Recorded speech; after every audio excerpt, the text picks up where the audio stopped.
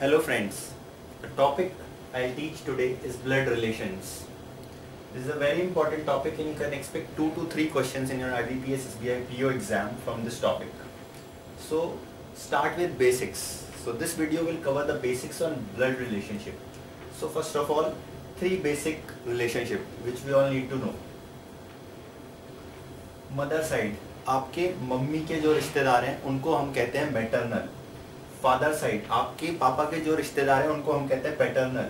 और आपके स्पाउस मतलब कि आपके हस्बैंड या वाइफ के जो रिश्तेदार हैं उनको हम कहते हैं इन लॉज.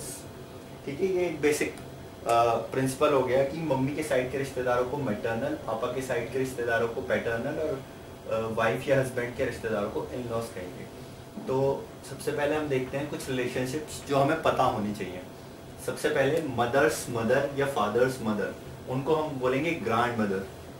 फादर्स फादर को हम बोलेंगे ग्रैंड फादर. हिंदी में ये आपकी दादी या दादा या नानी या नाना कहते हैं, लेकिन इंग्लिश में इनके लिए कॉमन वर्ड होता है ग्रैंड मदर या ग्रैंड फादर. उसके बाद मदर्स ब्रदर, आपकी मम्मी के भाई जिन्हें आप हिंदी में मामा कहेंगे, उनके लिए कॉमन वर्ड होगा एक अंकल.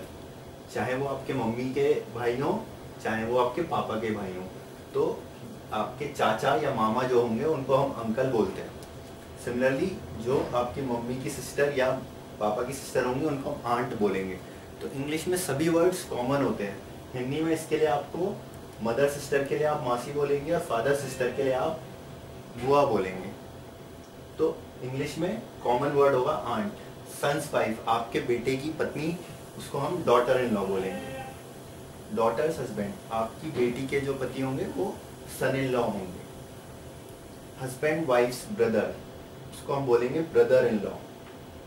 हस्बैंड्स वाइफ सिस्टर को बोलेंगे सिस्टर इन लॉ. ये यहाँ से आ रहा है. स्पाउस साइड को हम इन लॉज. तो जो आपकी हस्बैंड या वाइफ का ब्रदर है, स्पाउस का ब्रदर, उनके आगे हमें इन लॉ लगाना है. तो अगर हस्बैंड का ब्रदर है तो वाइफ के वो ब्रदर इन लॉ हो जाएगा. Similarly husband sister sister in law हो जाएगी. सिस्टर ब्रदर्स सन को हम नेफ्यू बोलेंगे. आपके बहन या भाई के बेटे को नेफ्यू.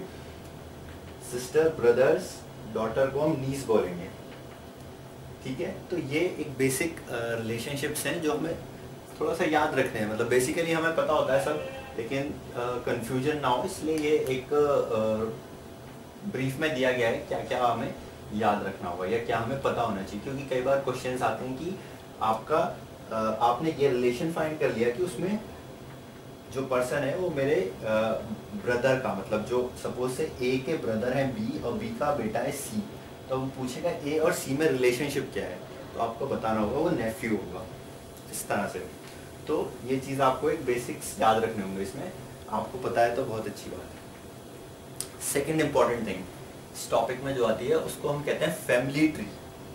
फैमिली ट्री क्या होता है? बेसिकली हम इसको पिक्टोरियली रिप्रेजेंट करते हैं, एक पिक्चर में रिप्रेजेंट करते हैं कि एक फैमिली को हम किस तरह से दिखाएंगे. तो उसके जो बेसिक रूल्स हैं वो ये हैं. मेल को हम एक स्क्वायर बॉक्स या एक प्लस साइन से दिखाएंगे.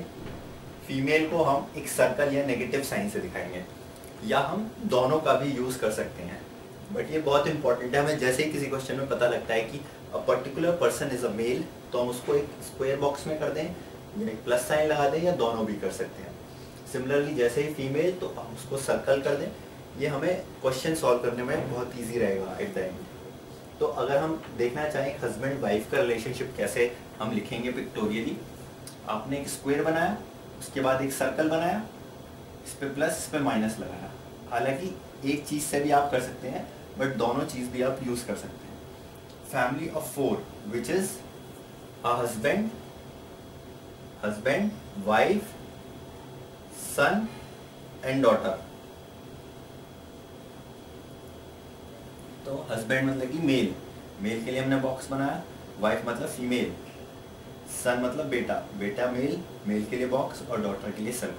तो इस तरह से हमें ये फैमिली ट्री रिप्रेजेंट करना होता है. जो बेसिक्स हैं वो ब्लड रिलेशनशिप में यही हैं. नेक्स्ट वीडियो में हम इसके क्वेश्चंस देखेंगे. Thank you so much for watching the video.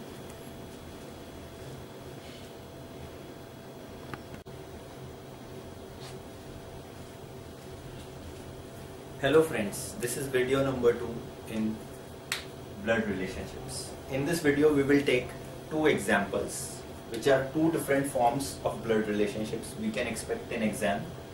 एक होगा simple form, एक होगा coded form. Simple form में हमें direct relationships दिए हुए हैं, U is mother of D, S is sister of D. और coded form में हमें इस तरह से दिया हुआ है कि P cross Q, which means P is sister of Q. सबसे पहले हम simple form देखते हैं. क्वेश्चन क्या कह रहा है, U is mother of D. Question शुरू करने से पहले मैं एक चीज बता दूं, इसमें सभी क्वेश्चंस हमें एक फैमिली ट्री बना के सॉल्व करने होंगे. तो हमें U is mother of D. सबसे पहले हमने D और U लिख लिया. So U is mother of D. This is D and this is U and U is mother of D. आपको जैसे ही पता लगा कि U फीमेल है, हमने उसको सर्कल कर दिया. यार माइनस भी कर सकते हैं आप. D की जेंडर हमें नहीं पता है, D को हमने ऐसे ही रख दिया. S is sister of D. जो रिलेशनशिप सेम लेवल पे है उन्हें हम सेम लेवल पे दिखाएंगे. S is sister of D and U is mother of D. So U is also mother of S. तो अगर D और S भाई बहन है और U D की मम्मी है तो S की मम्मी भी U भी होंगी. L has one daughter. L is father of S. ये S है, इसके फादर L. अगर L फादर है मतलब वो मेल है तो हमने उसको स्क्वायर कर दिया. और क्योंकि वो S के फादर हैं, S के पिताजी हैं, तो वो D के भी पिताजी हुए, यानी कि U और L को हम जोड़ देंगे, यानी कि ये हस्बैंड और वाइफ हुए. U और L हस्बैंड है, D और S उनके डॉटर या सन है. हमें पता नहीं D क्या है, बट S डॉटर है. L has one daughter, which means there is only one daughter. So S is the daughter of L. And since he has only one daughter, so D is son of L. So D भी हमारे mail हो गए. M is daughter of S. M is daughter of S. तो हमने एक level नीचे, basically ये एक वो है पीढ़ी, ये उससे ऊपर, ये उसके नीचे. तो हम इसमें 3 पीढ़ी दिखा रहे हैं. और P is daughter of D. So P is daughter of D. तो क्वेश्चन क्या है, if R marry S. अब R कहाँ है, ये S. S से शादी कर ली R ने, तो R बेसिकली मेल हो गए. Then how is R related to U? R and U.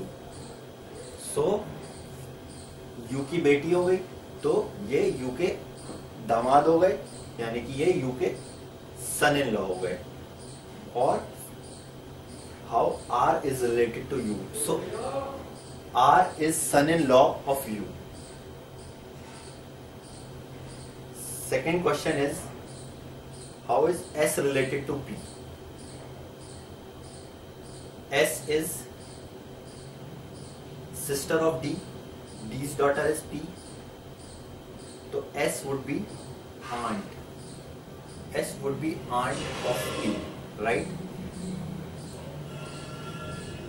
So this is how we will solve this simple type of question. In the next video, I will tell you how to solve the coded type of questions. Thank you.